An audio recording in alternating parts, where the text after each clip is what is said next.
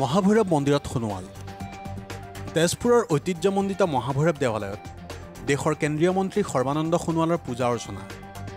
আজি সোণোৱালে গুৱাহাটীৰ পৰা ডিব্ৰুগড় অভিমুখী যাত্ৰাকালত মহাভৈৰৱ মন্দিৰত উপস্থিত হৈ দেৱাদিদেৱ মহাদেৱৰ পূজা অৰ্চনা কৰে।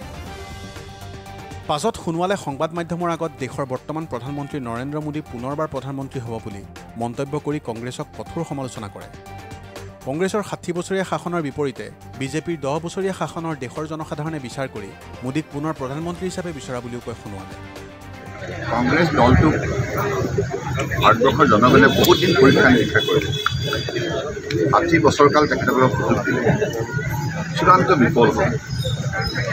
আৰু মোদী ডাঙৰীয়াৰ নেতৃত্বত যোৱা 10 বছৰ যিমান উল্লেখযোগ্য পৰিৱৰ্তন আমি সকলো এতিয়া তেজপুৰৰ আপোনালোকেও নিৰপেক্ষভাৱে বিশ্লেষণ কৰে।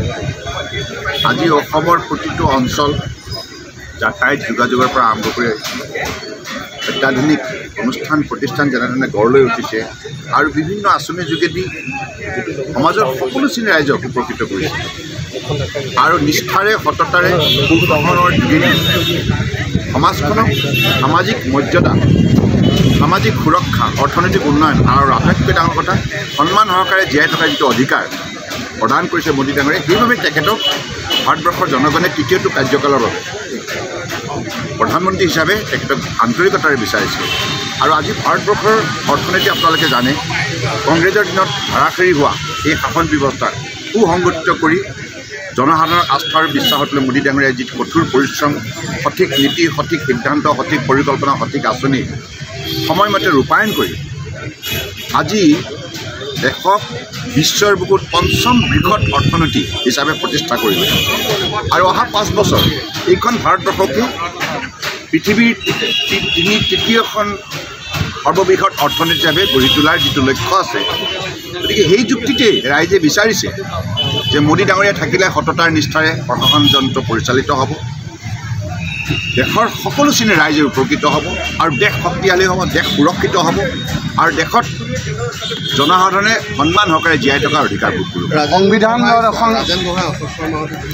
এটা কথা, পাৰ্টি সকলোৱে মিলি আমি আগন্তুক দিনত অসমখনক শক্তিশালী কৰি তুলিব লাগিব, ভাৰতবৰ্ষক শক্তিশালী কৰাৰ বাবে। গতিকে সেইবাবে সেই লক্ষ্যৰে আগন্তুক দিনত আগুৱাই যাব লাগিব, আমি সমিল মিলেৰে কাম কৰিব লাগিব, এই কথা নিশ্চিত। গতিকে মই ভাবোঁ যে নিশ্চিতভাৱে জ্যেষ্ঠ কনিষ্ঠ আমি সকলোৱে, কাৰণ মোতকৈ বহুত জ্যেষ্ঠ বহু ভাৰতীয় জনতা পাৰ্টীৰ নিষ্ঠাৱান কৰ্মকৰ্তা আছে, আমি সকলোৱে মিলি কাম কৰি যাওঁ। আৰু আজি সবকা সাথ সবকা বিকাশ যিটো নীতি দ্বাৰা নৰেন্দ্ৰ মোদী ডাঙৰীয়াই দেশৰ 140 কোটি 84 লাখ লোকক ঐক্যবদ্ধ কৰি তুলিলে আৰু সকলোৱে মিলি কাম কৰাৰ বাবে, সকলোৱে সহযোগিতা কৰাৰ বাবে আজি দেশ শক্তিশালী হৈছে। সমীৰ কৰৰ ৰিপৰ্ট, মহাজাতি 24 লাইভ।